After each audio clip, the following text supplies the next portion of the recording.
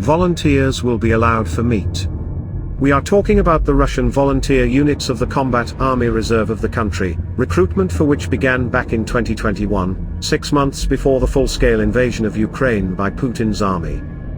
Army Reserve units are present almost all along the battle line, but the Russian command now has a dilemma.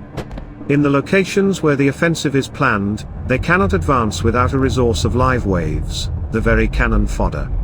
In turn, the convicts of the Wagner group have run out, and the regulars are in no hurry to throw themselves on the strongholds of the AFU and pave the way with their bodies. Therefore, in the Lyman and Kupiansk directions, the Army Reserve will be used as live waves to pave the way for the advance of regular units. In general, the command of Russian troops invented their own Wagner group, whose carcasses can be used to spam the enemy's firing positions.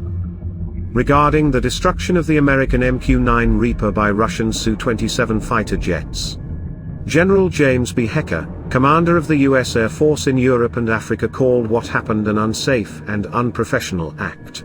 In this context, I would like to remind you that the Russian military has a rich experience of provocation without the use of means of defeat, which it has received from the USSR. Even in Soviet times, provocative and dangerous actions of aircraft and ships against enemies were practiced. For example, dangerous approach of aircraft or pushing one ship of another from territorial or neutral waters. In the USSR, as well as in Russia, such provocations, without the use of weapons, were not uncommon and even constituted an element of influence. The Su-27 made an approach to MQ-9 Reaper with the intention to destroy it by means of propeller damage.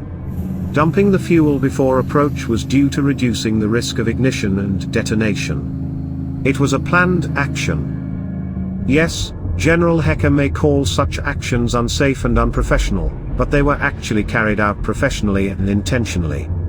The objective was achieved. For America, such drones are expendable. Hundreds of Reapers alone have been built, and the US has hundreds and thousands of other drones. It's like commenting on a soldier losing a magazine or replacing a malfunctioning rifle. It's a routine operational issue for the US. Reapers have crashed and been shot down before, and they will continue to crash and be shot down in the future. Because any weapon is expendable, and a drone even more so. Of course, there will be no military response from the US to these actions, as Russia has disguised them as an emergency situation. However, it remains to be seen what effect these actions will have on Washington when forming the next package of military aid to Ukraine. That is the question. After all, this challenge cannot go unanswered. They know how to put all sorts of savages and bandits in their place. Since we are talking about drones, I cannot help but share the latest Russian developments. Russia is currently testing the latest unmanned aerial vehicle, the TRAMP or Transport Aviation Multifunctional Platform, which has no analogues in the world. Literally from the first minutes there were critical comments. The first and most important thing that was subjected to obstruction was the design of the aircraft. It is not trampled on, it just lazy and often called flying shed, a hollow fuselage, like an overfed catfish, straight uncomplicated wing.